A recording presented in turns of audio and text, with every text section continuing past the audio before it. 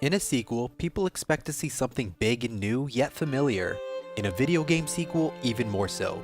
Destiny 2 seems more like an exercise in marketing and hype, rather than evolution. Though some things like the story and open world are greatly improved from the first game, the lack of endgame content, the removal of choice, the questionable decision to balance based on PvP, and other glaring issues, Bungie's long-awaited sequel falls flat, taking 2 steps forward and a step and a half back. As you might expect, Destiny 2 feels great to play. The shooting mechanics are still brilliant, the guns look and sound great, but if you're looking for a game with some challenge, you should look somewhere else, unless you intend to do the 6-man raid. That's not a terrible thing though. While playing, you'll enjoy a nice 6 to 10 hour romp through the main quest that is well done but seems a little short. While not progressing your story, you can participate in much improved public events, strike missions, adventure missions that are essentially side quests, compete in the Crucible PvP, or explore the open world. All this makes for a pretty good time during your initial playthrough of the game. There aren't any new classes in Destiny 2, so you have to pick between Hunter, Titan, and Warlock. If you're a returning player, you have the option to bring your Destiny 1 character over to Destiny 2. However, the only thing that transfers is the appearance, so if you don't like the way your Guardian looks, it's not a big deal if you delete him or her to create a new one. Creating a new Guardian is the first thing that troubled me. The character creator is exactly the same as Destiny 1. As far as I saw, there are no new haircuts, faces, races, face paint, anything. The interface was even the same down to the horrible light that distorts colors, making your Guardian look different in-game than he or she does in the creator, and we're still not able to rotate him or her. Each class has the opportunity to eventually unlock 3 subclasses, one of each different element: Arc, Void, and Solar. They say that each class has a new subclass, but that new subclass is really just a remixed version of an old one from Destiny 1. Hunter gets Arcstrider, a highly dexterous DPS character that is a remix of Blade Dancer from Destiny 1. Instead of a knife, you get a badass electric bow staff. They took Invisibility Cloak away though, it's a major bummer. Titan gets the Sentinel, a defensive-oriented class that gets a Captain America shield that you can use to guard, bash enemies, or throw at them. Also, there is an option to use a Ward of Dawn shield, the bubble shield from Destiny 1, but it's pretty worthless for the entire game. Warlock gets the Dawn Blade. This is probably the coolest looking new subclass in the game. It is, however, a remix of Sunsinger from Destiny 1. As a Dawn Blade, you can get a cool flaming sword and wings that match. You can then pummel enemies with blade beams from a distance. No self-resurrect though. Unfortunately, with the subclasses, we can only pick one of 2 skill branches, meaning there won't be any more experimenting with different combinations of skills and passives to find out what feels right for your playstyle. Just hope that one of the trees fits you. As far as the story goes, it's a much needed improvement on vanilla Destiny, but that's not a high bar to reach. Bungie developed an awesome and compelling setting, a world without light. If you're new to Destiny, the light is power granted to your character, the Guardian, by a giant space ball which gives us our power. While wielding the light, the Guardian can control different types of space magic, and with the help of his or her ghost companion, can be healed and even resurrected from the dead. A new and intriguing antagonist, Gaul, comes to Earth with a fleet of Roman-inspired space rhinos, destroys our home, and blocks the flow of light from the Traveler. This makes you and all the other Guardians vulnerable for the first time in hundreds, maybe thousands of years. Being placed in this predicament gave me a sense of vulnerability and weakness. After a couple brilliantly directed missions, I really felt like the Guardians were in trouble. Then, 20 minutes after my light was stripped from me, I got it back. They went through all the trouble of making us feel vulnerable just to give us back our powers almost immediately. From there on, I didn't really feel like anything was a threat. The side characters would always tell me to be careful while on my quests, but what does it matter to me? I have my light. I'm immortal.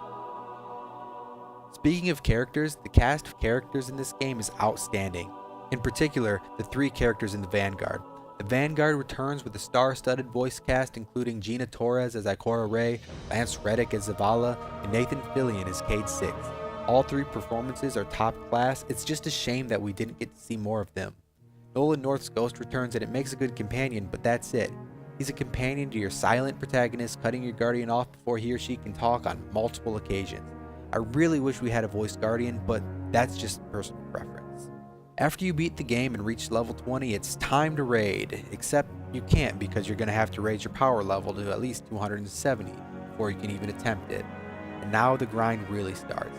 And this, in my opinion, is where Destiny 2 really starts to unravel.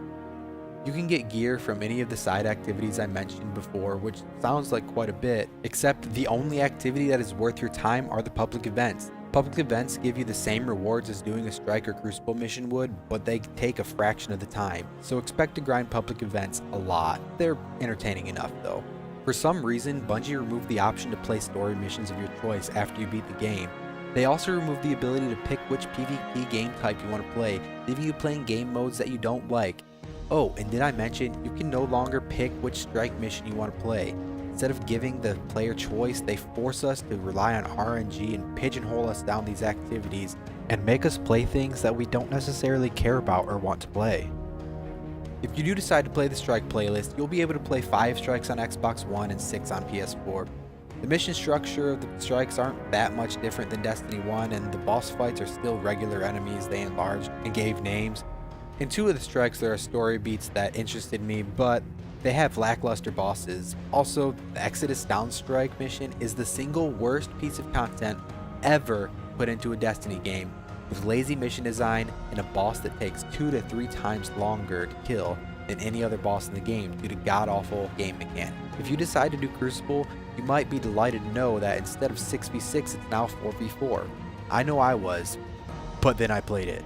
It's fine, but it lacks soul and character. Skill recharge rates are so slow that you don't get to use your abilities as much as you'd like. And the current meta ensures that every game you get into, everyone will be using the exact same loadout and doing the exact same things.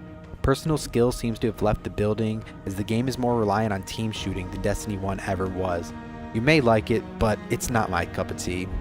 So while you're grinding for gear, you'll start noticing something. You keep getting the same thing over and over and over again. For some reason, there are only a handful of armor sets, and half of those sets are just reskins of the others. For someone who likes to customize my Guardian and make him look as cool and unique as I can, it's a huge bummer. You'll also notice that there aren't any random stats on gear. I initially thought this would be good. Instead of grinding for a god roll of a specific weapon, I would immediately have the best version of every weapon or piece of armor I got. I actually did like it for a while. Then I got my 2nd, 3rd, 4th, 5th Better Devils hand cannon, and every single one of them was the exact same. And that goes for every piece of gear. This led me to not be excited for drops anymore. They simply became a necessity to raid. Exotic weapons and armor return, and once again they are the most rare and coveted pieces of gear in the game, except they are all dumbed down so much in order to keep PvP balance that none of them seem powerful or unique. Also, the rate at which you get duplicates makes finding exotics no fun after the first few times. Finally, you're all geared out and ready to raid. Let me tell you, the raid is gorgeous. The larger-than-life palace that it takes place in is by far my favorite aesthetic in Destiny. The raid itself, though, is the worst out of the 5. Not to say it's necessarily bad, because all the raids are the best content Destiny has to offer. One of them has to be the worst though, and this one's it. The raid is so oriented on specific and vague mechanic that it's jarring to say the least. You spend the entire game shooting and looting to go to the raid and discover shooting is the least of your concerns. There's only one boss fight and the 3 areas where you have to do specific tasks to near perfection, and after failing time and time again due to bugs or enemies having inconsistent lines of sight, it can get frustrating. This is a raid that it'll be hard to play with a group of randoms, so hopefully you have a dedicated fire team of 6. From vanilla Destiny to the final days of Age of Triumph, Destiny 1 expanded into a game that you would hardly recognize if you played it on day 1, then again on day 900. Destiny, the Taken King expansion, set the bar for what we should expect from an expansion or sequel. A lot of the added content, game modes, and quality of life improvements that were added over the 3-year life of Destiny 1 were unfortunately stripped from Destiny 2. Let me say this, I love Destiny, and I'll keep playing Destiny 2 for years to come. Looking back at the growth of Destiny 1 and hearing the promises of more substantial and more frequent updates to the game made by Bungie, I can't wait to see what Destiny 2 looks like in a year. But for now, as the game stands, it's a lesser product than the final version of Destiny 1.